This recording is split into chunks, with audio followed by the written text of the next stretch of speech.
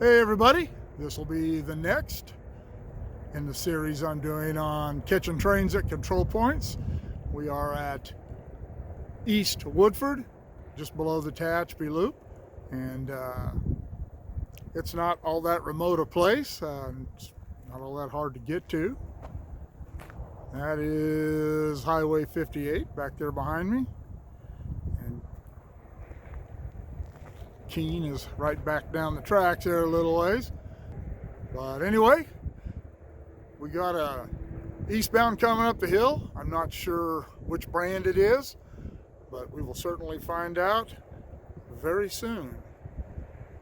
All right, got this eastbound BNSF coming through the control point here. He is working hard. Looks like a cold train. I don't know what they call these, super something or another, but it's one of the hot trains.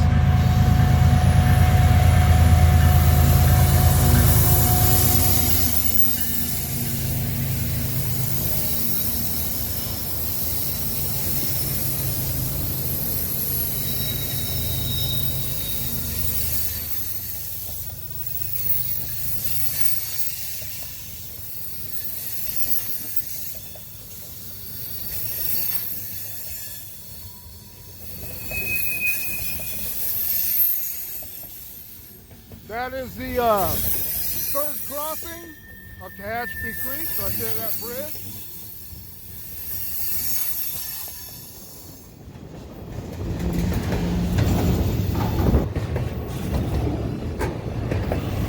This is also the site of a big derailment they had a few months ago. Loaded grain train derailed here.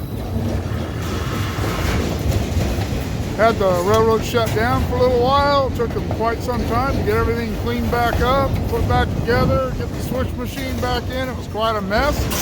I'm glad I had already retired at the time and didn't have to get involved in any of that. I don't know that I would have anyway.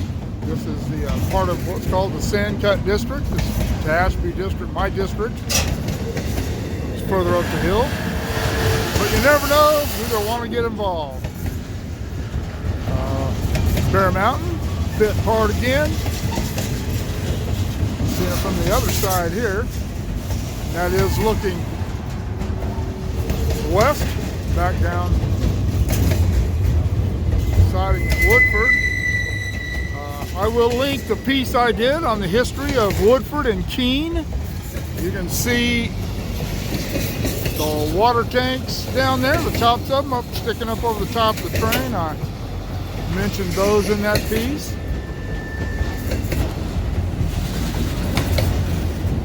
And around that curve, the other side of the bridge, the next curve that it comes to is the 180 that I did a piece on at the bottom of the loop. Looking up, you're really able to see the elevation on the loop. I'll link that one as well. I will also enter the playlist if you want to check that out, of all the 180s between Caliente and Tehachapi.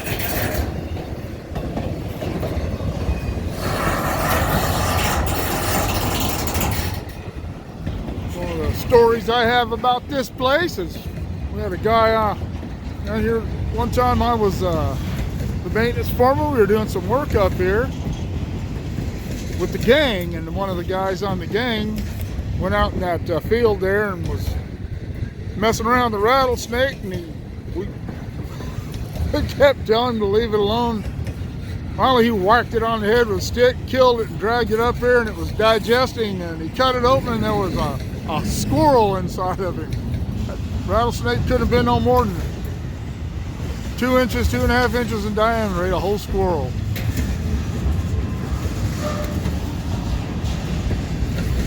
I was never one to mess with snakes, whether they were rattlesnakes or gopher snakes. I had an agreement with them. I left them alone, they left me alone. Startled a couple of times by them, but that's about it. I don't know if some people are elaborating on the stories or embellishing stuff, but some people you talk to and they see 500 snakes a year up here. I worked up here many years. I lived up here many years, and I probably didn't see a dozen rattlesnakes in my entire life and career up here.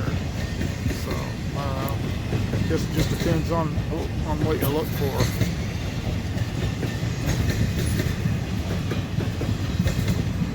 All right.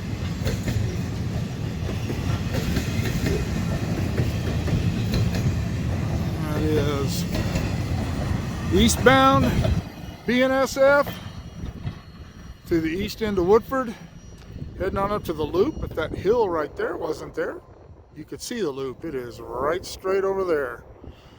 All right. Remember to like, share, and subscribe. I hope you enjoyed the video, and we will see you at the next control point.